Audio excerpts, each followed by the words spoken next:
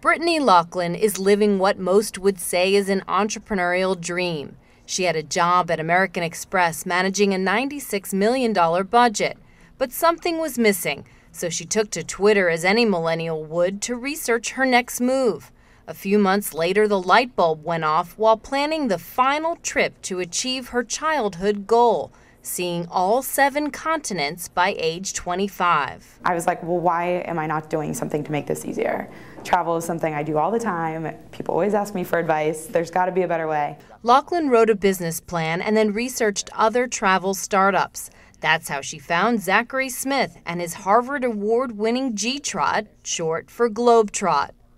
What was supposed to be a half-hour chat about a bug on the site turned into a 3-hour meeting followed by a job offer. Smith already had a full-time gig working for Bain & Company in New York, and he needed Laughlin to take Gtrot to the next level. So much about starting a company is being scrappy and enthusiastic beyond, sanity.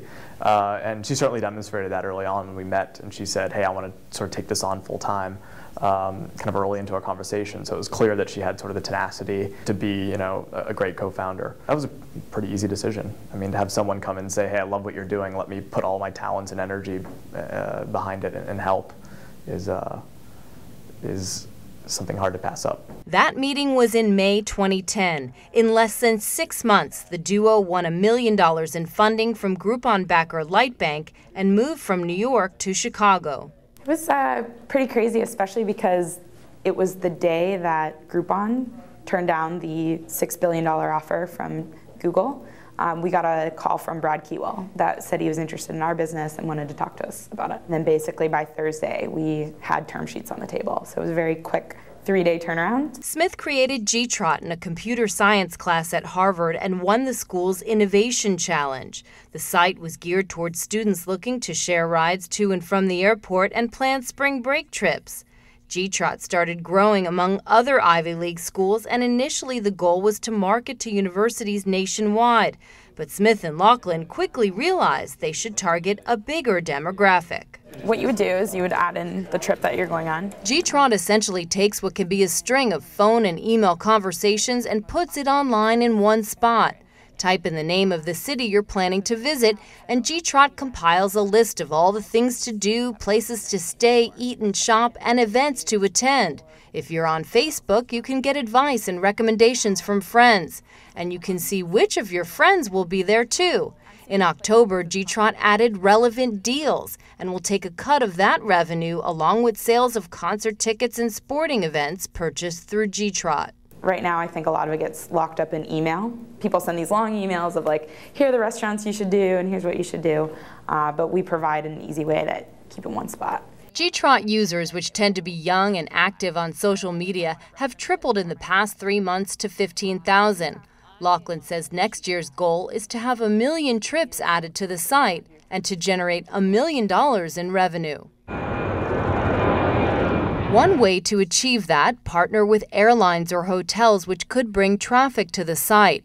Gtrot's biggest challenge is to stand out in a crowded online travel space dominated by big names like Orbitz, Expedia, and TripAdvisor, and other smaller competitors. We're taking a very different approach. I think it's not that just because your friend went there, you're going to like a place, but you probably know that friend well enough to trust their advice or not trust it. Being able to personally filter through all of those recommendations we think is really helpful. Gtrot is already attracting attention from the industry, winning the Social Media Award for Travel Innovation at the nation's largest travel conference, Focusrite, beating 29 other companies.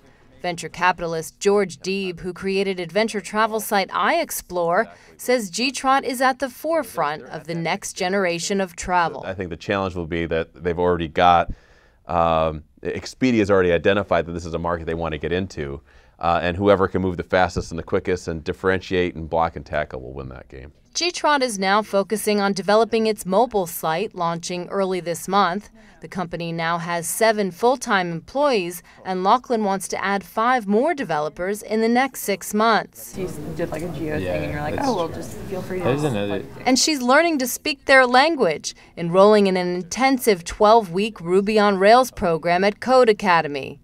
Conquering the unknown is a trait instilled in her by her Navy pilot turned entrepreneur father, who gave her the travel bug at a young age. In hindsight, I'm like, duh, like why didn't I get into travel immediately?